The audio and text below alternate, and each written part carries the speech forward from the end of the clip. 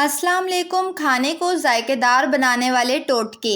पुलाव बिरयानी के लिए जब प्याज के लच्छे फ्राई करें तो इसमें थोड़ी चीनी छिड़क दें। प्याज जल्दी सुनहरी हो जाएगी। सालन अगर पतला रह जाए तो इसमें 5 से 6 अदद काजू या बादाम का पेस्ट शामिल कर दें। सालन गाढ़ा और खुश्क जायका हो जाएगा। ग्रेवी से फालतू पानी खुश्क करने के लिए चाय के 2 चम्मच खसखस तवे पर हल्का सा भून लें। अब इसका पेस्ट बनाकर सालन में शामिल करें और हल्की आंच पर पका लें। सालन गाढ़ा हो जाएगा। पकोड़ों को नरम बनाने के लिए इसके आमेज़े में 2 चाय के चम्मच गरम तेल शामिल करें। सख्त पनीर को नरम करने के लिए कुछ देर नमक मिले पानी में रख दें। बंद गोभी पकाते वक्त इसकी बू घर में फैल जाती है। अगर गोभी पकाने के दौरान पैन में रोटी का एक टुकड़ा रख दें तो बू नहीं फैलेगी। फ्रिज में रखने से मक्खन सख्त हो जाता है।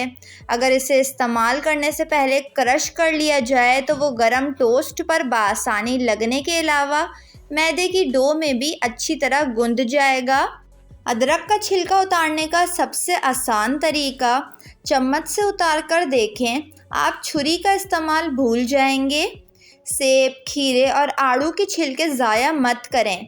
इन्हें ताज़ा धनिया, हरी मिर्च, अदरक, नारियल, नमक और चीनी के साथ मिलाकर पीसने से लजीज और ग़िज़ाइयत से भरपूर चटनी बनती है। इसमें दही शामिल करके आप बहुत मज़ेदार रायता तैयार कर सकते हैं।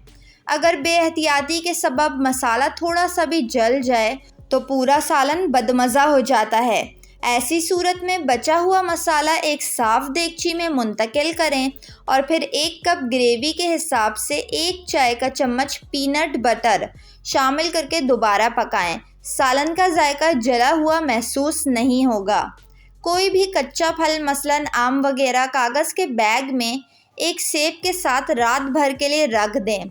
सेब से खारिज होने वाली इथिलीन गैस कच्चे फल को एक रात में पका देगी और इस तरह से आप किसी भी फल को फौरी तौर पर पका सकते हैं। अगर उबले हुए चावल बच जाएं तो इनसे मज़ेदार डिश तैयार कर सकते हैं। इसमें फिटे हुए अंडे, सोया सॉस, हरी प्याज और हस्बे जायका नमक और काले मिर्च के साथ सौते करें।